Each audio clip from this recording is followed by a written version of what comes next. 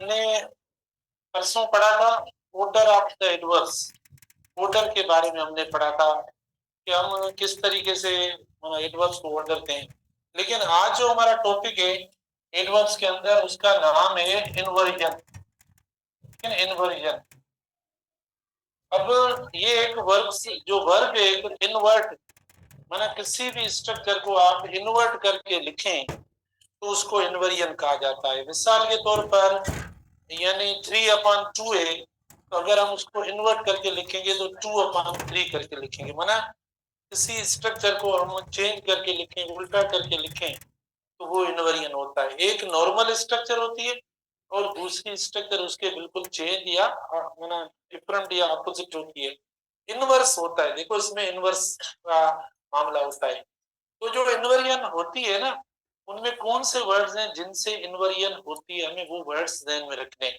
देखो जो negative word, अच्छा इन्वर्जन मुख्तलिफ सब्जेक्ट से पहले जो भी वर्ड लगता है उसे इन्वर्जन कहते हैं। तो उनमें इंट्रोगेटिव स्ट्रक्चर्स भी बनती है, माना मुख्तलिफ। लेकिन हम जो इन्वर्जन पढ़ रहे हैं वो एडवर्ब की पढ़ रहे हैं। और एडवर्ब में नेगेटिव वर्ड्स जो भी है ना, वो नेगेटिव वर्ड्स वो एडवर्ब्स होते हैं। नेगेटिव वर्ड्स जो हैं वो एडवर्ब्स होते हैं। तो हम, हमारा टॉपिक जो वो एडवर्ब है, तो एडवर्ब में देखो यानी नेगेटिव वर्ड्स जो है ना जिनसे इन्वर्जन बनती है, तो हमें पता नहीं पड़ता है। मतलब हमें कोई सेंटेंस दिया जाता है ना, जैसे हमने शायद पहले भी ये पढ़ा होगा कुछ हल्का फुल्का, ठीक है ना। हमें अगर कोई सेंटेंस दिया जाता है कि नेवर आई रोट,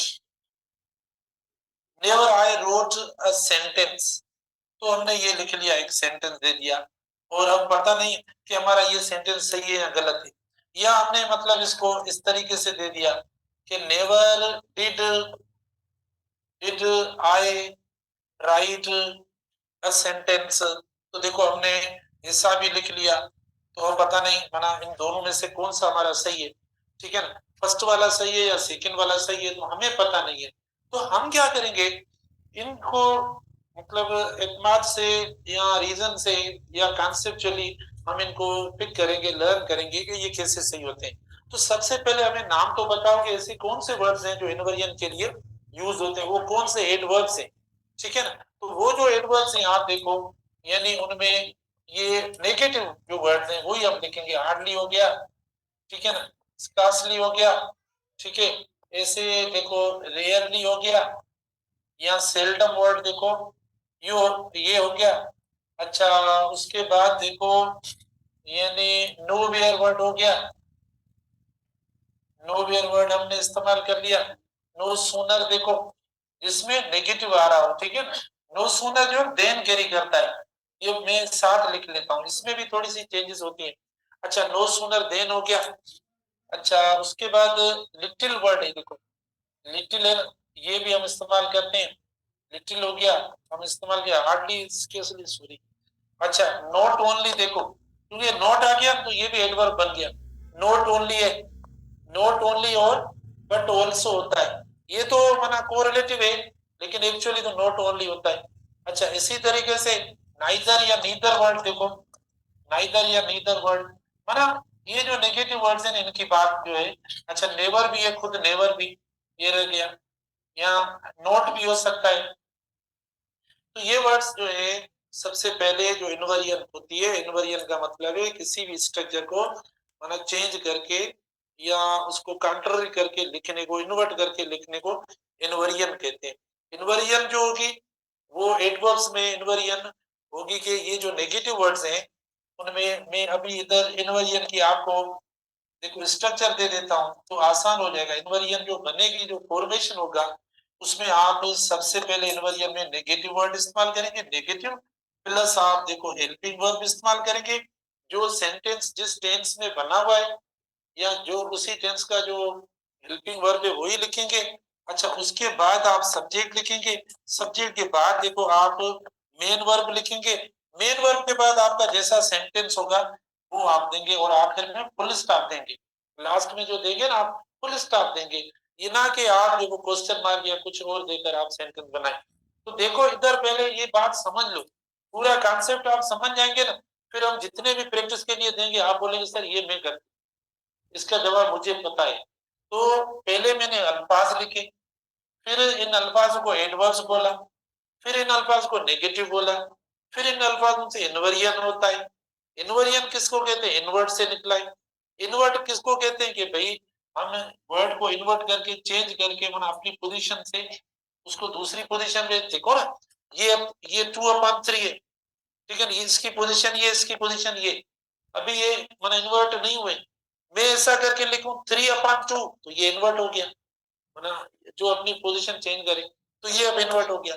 तो मतलब जो वर्ड नेगेटिव होता है उसको मैं मतलब अलग पोजीशन में ले जाऊं, तो आप बोलेंगे वो कैसी पोजीशन, किस जगह पर, तो वो मैंने आपको बता दिया कि जो नेगेटिव वर्ड्स ये पढ़े हैं ये सारे, ये आगे इधर देखो नेगेटिव वर्ड्स, नेगेटिव वर्ड आया, उसके बाद हेल्पिंग वर्ब आएगा, उसके बाद सब्जेक्ट आएगा, ठीक है, और सब्जेक्ट के बाद मेन वर्ब आएगा। ये हो गई बात।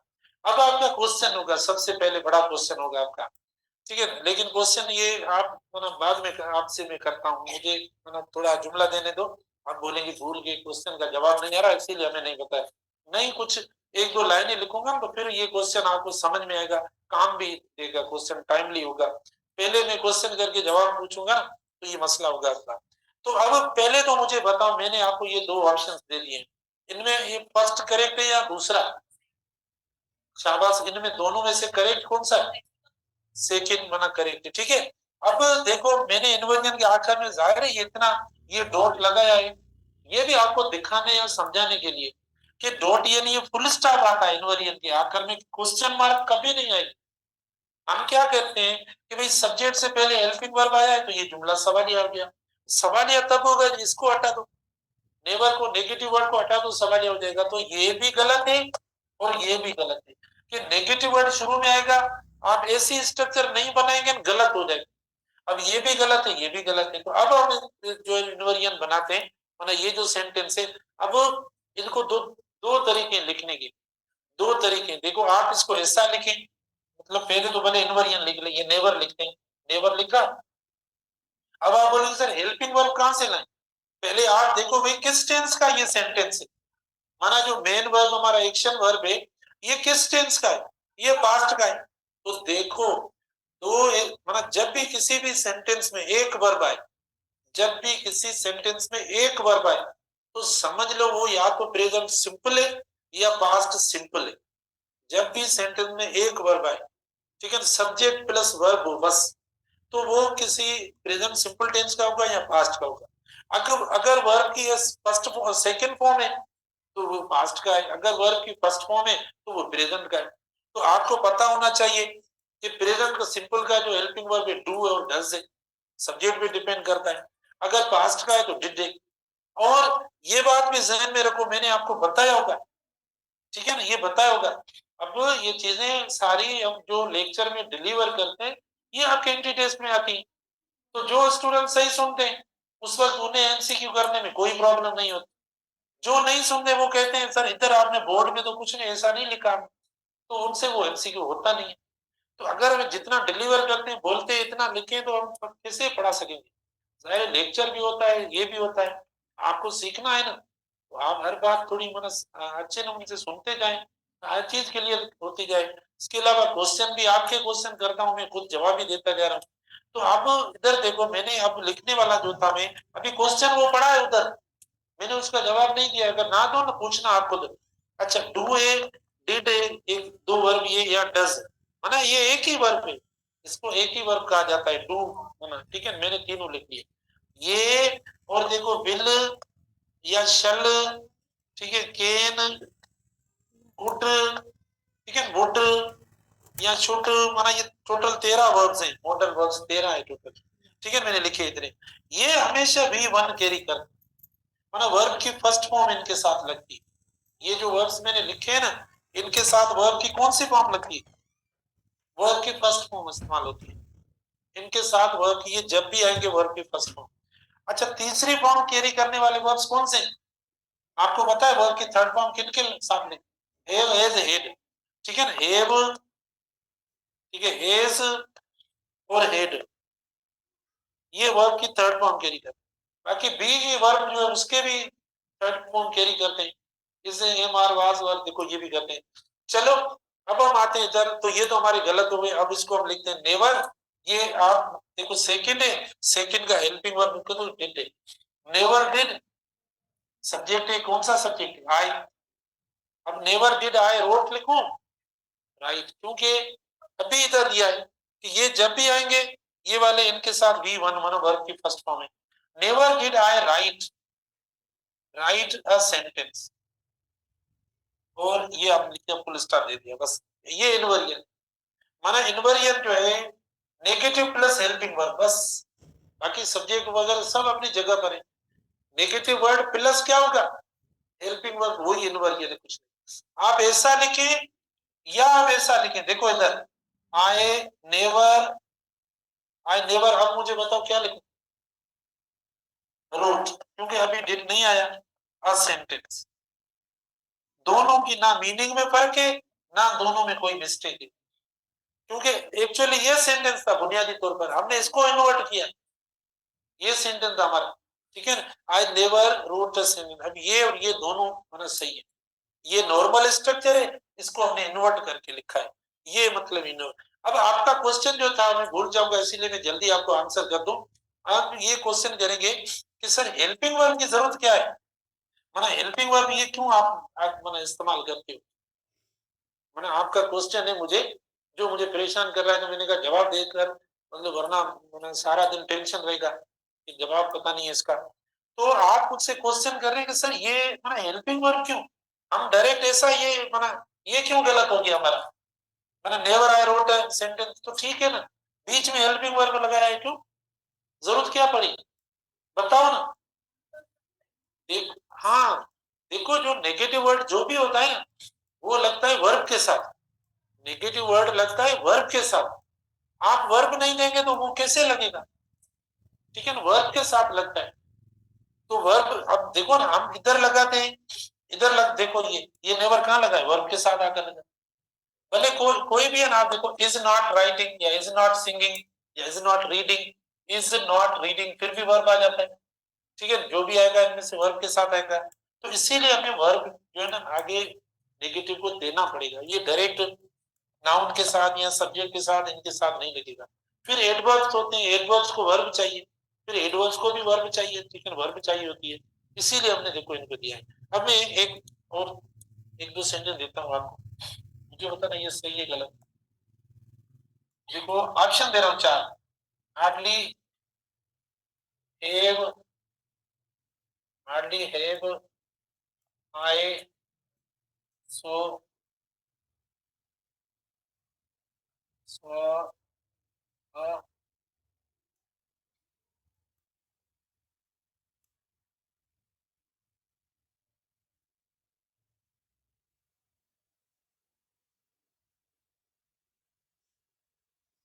ये ऑप्शन हुआ, B option hardly I saw animal, C option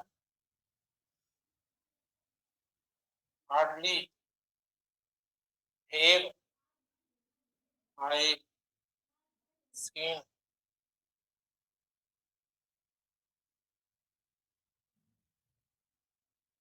animal, D option have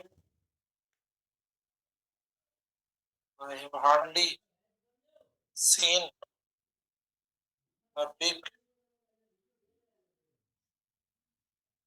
ठीक है, चारों ऑप्शन आ गए, चारों ऑप्शन देखो हमने लिख लिया, जल्दी बताओ कौन कहता है ए सही है, प्लीज टेल, शाबाश, who will tell me the right option is A,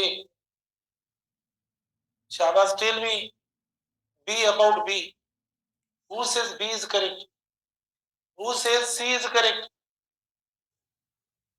who says D is correct, ठीक है ना, तो आप देखो डी जो है ना, अच्छा इधर आते हैं, हार्डली है तो सही है, लेकिन ये माना हेल्पिंग वर्ब के बगैर बिल्कुल सही नहीं होगा, जब तक आप हेल्पिंग वर्ब नहीं देंगे नेगेटिव के बाद जो स्ट्रक्चर बनाइए, हाँ हेल्पिंग वर्ब दे दिया सॉरी सही है, सब्जेक्ट भी दे दिया, लेकिन इधर आकर गलती हुई, हैव जो है अभी लिखा है हैव की वर्ब मेन वर्ब कौन सा कैरी करेगा?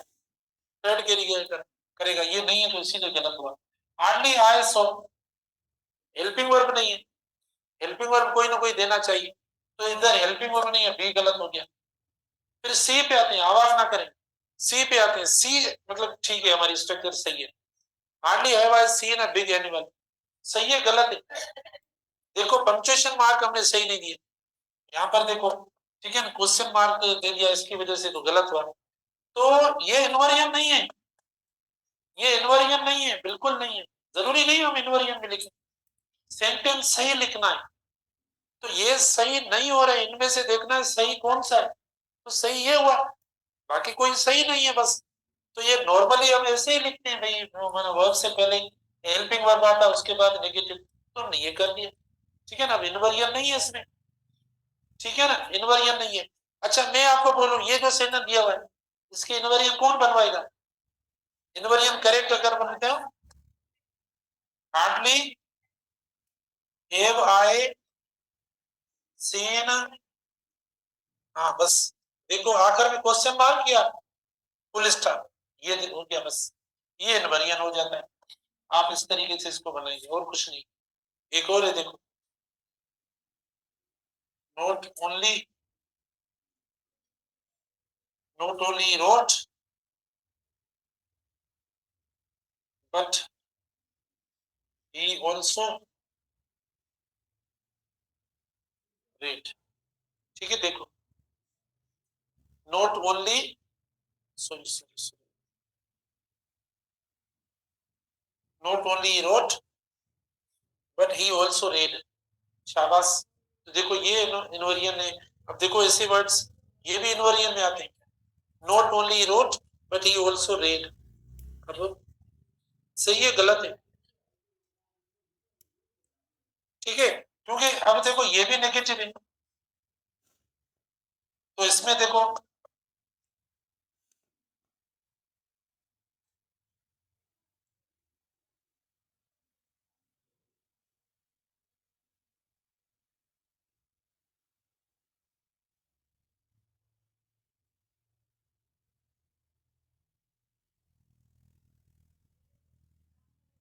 ठीक है। तो देखो अब नोट हमने शुरू में लगाया, फिर हेल्पिंग वर्ब लगाया, ये हो गया, सही है। अभी ये भी गलत है, ये भी गलत है, तो ये भी गलत है। पता है क्यों गलत है? इसीलिए गलत है क्योंकि ये नॉट ओनली एक साथ है, ये मना कोरिलेटिव है। तो कोरिलेटिव में ये कंजंक्शन से देखो पेयरिंग में यूज होते हैं, ये एक साथ होते हैं, आप इनको इनको मतलब सेपरेट नहीं कर सकते, गलत हो जाएंगे। तो इसका जो करेक्ट होना चाहिए देखो, नॉट ओनली डिड ही, क्योंकि टेंस पास्ट का है इसलिए डिड लगाया मैंने, बाकी आगे वाली स्ट्रक्चर सेम रहेगी, उससे कोई नहीं है, ठीक है। ये हो गया बस। तो ये आपको प्लीज, बहुत आसान है, कुछ भी नहीं है इन्वर्जन में, आपको मतलब कुछ भी ऐसा रखना नहीं है कि जिससे हमें जो है वो मतलब प्रॉब्लम हो जाए, फिर हमें समझ में ना आए, तो ये ऐसा नहीं होगा।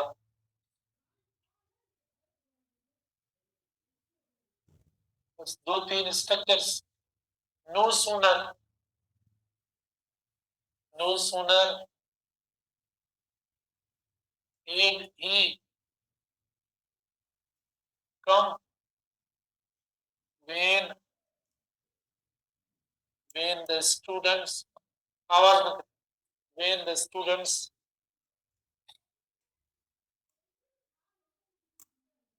cheered loudly, no sooner had he come when the students cheered loudly. So please see that I just recall something important from this word cheer, and want to remind you as well. See, last days it is a cricket match. No matter you are not affiliated with this one, but I should tell you a very lessonful story from the spectators, from the audience who were keenly watching to see their teams win. Later on, they could not unluckily win that game. Doesn't matter at all. But I should make you remind one important, conversation of the captain of Australia day before the match. He actually addressed the press conference and told them that if we manage to silence the crowd of more than 1 lakh people there in the ground, we would surely win the match. If they would loudly cheer and to irritate or to worry us on the ground, we'll fail to win our World Cup. Okay, then they did how they did it. They just worked hard. They just focused on their performance, on their fielding, on their bowling, on their batting. They just have their own self. They ignored, rejected whatsoever was around them in the ground, people loudly cheering and trying to disrupt and disturb their concentration. They were not distracted. They just preferred their focus. And finally, they managed to win the match, and had a trophy, had a big celebration for their own country or families there. I mean to tell you what, that those students who mostly become distracted because of worldly things, because of minor and tiny issues in their life, and if you get distracted, divided, my God, I should tell you one thing, and this is my tasted experience from my teaching. I was teaching to the students, various students I have taught. I've seen brilliant students being failed in their competitive exams, while the ordinary students being passed competitive exams. Later on, the mystery was, unfolded and revealed that those who were, properly attentive, concentrative towards their studies, towards their aim or purpose, for the assignment and task was given to them, they really, in the end, accomplished their achievement easily and comfortably. While those ones who thought themselves to be superior in each and every rank, or they expected much more from themselves, but they, broke their concentration. They got divided, they just, violated their personal concentration from the aim, from the studies, and they paid the price of their 2 or 3 years career. Balki, I should say, entire lives, career was wasted or went in vain. So this is what I would like to tell you. See, people mostly say, sir कैसे पढ़े sir, मतलब जब कोई चीज पढ़ने बैठते हैं, काम करने बैठते हैं ना, तो दूसरे ख्याल आ जाते हैं जहन में, या पता नहीं क्या क्या, वो सही से पढ़ नहीं पाते, कोई चीज जहन में रहती नहीं है। तो आप देखो, आपका काम क्या है? आपका काम ये थोड़ी है कि आप, माना दुनिया क्या कहती, तो 1.5 लाख लोग थे, 1.5 लाख लोग थे, तो माना मैंने आपको बात की, पता नहीं आपको समझ में इंग्लिश में आई या नहीं।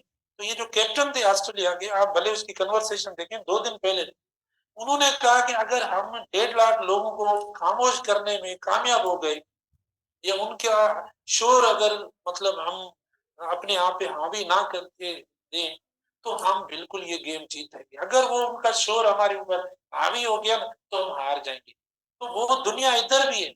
अब आप प्लेयर्स हैं, आप अपनी गेम के प्लेयर्स हैं, आप खेल रहे हैं। अगर दुनिया में पता नहीं क्या क्या है, अगर उनका शोर या उनकी कमेंट्स या उनकी जो भी बातें अगर आपके दिमागों में आ गई, तो माशाल्लाह, देख रहे हैं कल क्या हुआ। इतनी बड़ी टीम है, वो कम नहीं है, वो दुनिया की दोनों बेस्ट टीम्स थी, दोनों। और आपके साथ भी जाकर जो कॉम्पीट करेगा ना, वो सब बहुत बेस्ट स्टूडेंट्स होंगे, सारे सारे पढ़ के मेहनत करके फाइनल में सब साथ जाएंगे। लेकिन वहां पर परफॉर्म वही करेगा जिसके दिमाग में या जिसकी बाहर वाली चीजें नहीं होगी, शोर नहीं होगा। बात सिर्फ ये, ठीक है ना। अब आप खुद देखें, दोनों पैरेलल, माना एक जो वो स्टेटस की टीमें थी, लेकिन ये होता है, हार जीत ऐसे होती।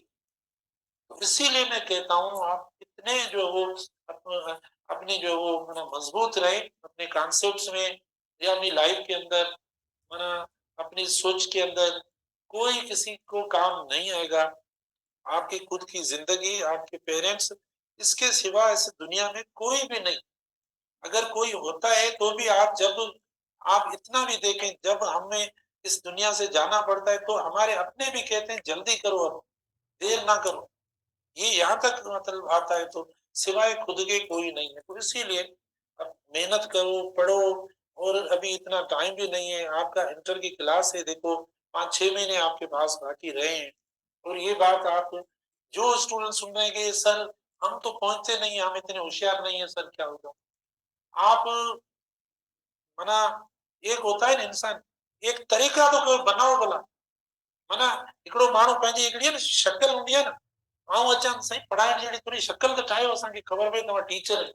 हाले छा था, तो काम करने जैसे हम मतलब भले हमसे नहीं पढ़ा जाता, भले मेहनत नहीं पहुंचती या कोई चीज समझ में नहीं आती, कम से कम हम अपनी शक्ल तो ऐसी बनाए कि भाई स्टूडेंट होकर बैठते हैं, किताबें खोलते हैं, सोचते हैं, हमें फिक्र होती है, हमें एहसास होता है हमारी इतनी जिंदगी गई है इस काम के ऊपर, 12-13 साल, बाकी जिंदगी हमारी कहाँ जाएगी अगर हम इधर उधर हो जाएंगे। तो हमें कभी ऐसा एहसास पैदा करें, खुद ब खुद चीजें जो है ना आपके फेवर में आएंगी। मैंने फर्स्ट ईयर में आपको एक बात नहीं कही थी कि जो जिस इंसान की आदतें अच्छी होती हैं, अच्छी आदतें माना अच्छा मतलब वो बन जाता है, तो अगर वो मट्टी को हाथ लगाता है वो सोना बन जाता है। अगर उसकी आदतें खराब है तो वो सोने को हाथ लगाता है तो वो मट्टी बन जाता है। तो ये हमारे ऊपर है, ये ऐसे नहीं है खड़ी हुई बातें के मोटिवेट करने के लिए, ये रियलिटी है। ठीक है ना, हमें ये मना ऑब्जर्व करना चाहिए दुनिया के कामों से। तो इसीलिए प्लीज हम देख रहे हैं अभी ये मैं बात जो कर रहा हूँ, ये भी जो है ना कई स्टूडेंट्स के फेलियर या कई मामला हैं जिनकी वजह से ये मसले होते हैं। तो आपके पास फ्यूचर है, आप परेशान या अपसेट या मतलब होपलेस होकर बैठना या अपने कॉन्फिडेंस को लूज कर देना या मतलब कुछ भी मतलब ऐसा इंटरेस्ट या दिलचस्पी ना लेना, नहीं आपके पास टाइम है, आप सब कुछ हो जाएंगे, आप कामयाब हो जाएंगे यकीनन। You are born to dominate और to achieve something different and exceptional. लेकिन उसके लिए शर्त क्या है, शर्त ये है कि अगर आप डिस्टर्ब हो, मेंटली डिस्टर्ब हो, कितने भी ज़हीन हो, लेकिन आप इधर उधर हो सकते हो, आप बिखर जाओगे। मैं ये कोई दुआ या कोई तमन्ना नहीं कर रहा, मैं आपको एक रियलिटी बता रहा हूँ। लेकिन आप ऑर्डिनरी स्टूडेंट्स हो, ऑर्डिनरी हो, एवरेज हो या कोई जैसे भी हो, लेकिन आप कहते हो मतलब मेरी इबादत भी ये है, मेरा सब कुछ ये है, मेरा काम जो है ना, तब तो कहते हैं काम इबादत है। इबादत में इंसान होता है ना, तब कोई चीज उसको याद नहीं होती। हमें तो इबादत में कुछ याद नहीं होता, तब याद आता है जब इबादत करते हैं। हमारी इबादत भी ऐसी होती है, जब इबादत करते हैं ना, जो हमें याद कोई चीज नहीं होती तब वो याद आ जाती। अरे क्लास में पेन गिर गई, क्लास में बैठ रहे थे या जब जा रहे थे तब याद नहीं थी, इबादत में गए और याद आ गई, पेन उधर रह गई। तो बहरहाल आप ऐसा करें प्लीज। मेरा लेक्चर पता नहीं क्यों इधर ये हो गया, लेकिन मुझे ये बात ध्यान में थी, मैं आपको बताऊं। आप पढ़ो, ध्यान दो, और इंशाल्लाह आपको यकीनन रिवॉर्ड मिलेगा, बिल्कुल मिलेगा। मैं खुद मुतमिन हूँ। भले आप बोले अपने आप को सर आप झूठ बोल रहे हैं, हमें कुछ नहीं मिलने वाला, लेकिन मैं कहता हूँ जो मैं आपको कह रहा हूँ, इन बातों को आप कन्वर्ट करें एक्शंस में, तो देखना आपको क्या कितनी बड़ी रिजल्ट मिलती है। बाकी अगर हम बैठे हैं सरेंडर करके, जो भी बैठेगा माना हार के, जो बैठेगा ना अपने हार मान के बैठेगा, वो क्या जीतेगा। उन्होंने पहले ही माना मतलब शिकस्त कबूल कर लिया। ठीक है, तो अब ये पता नहीं कहां से आया, no sooner had he come when the students cheered loudly. A option हुआ हमारा, बी ऑप्शन देखो, no sooner, no sooner, no sooner ही, पता नहीं क्या लिखूं, केम लिख लेता हूँ, सही लिखूं गलत ना लिखूं। Then the students, then the students cheered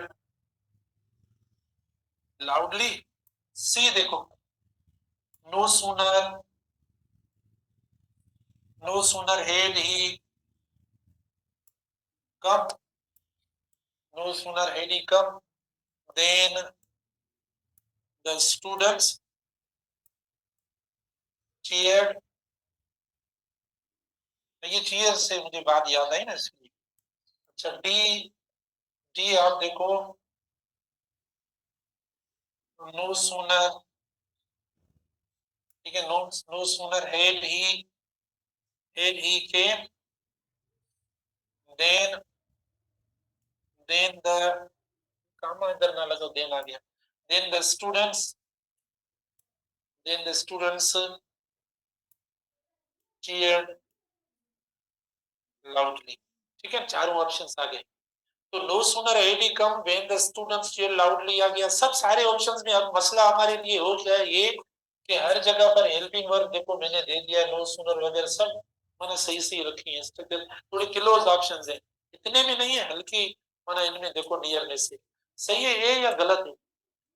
कौन सी एरर है बताओ, वो आंसर क्लिक करो।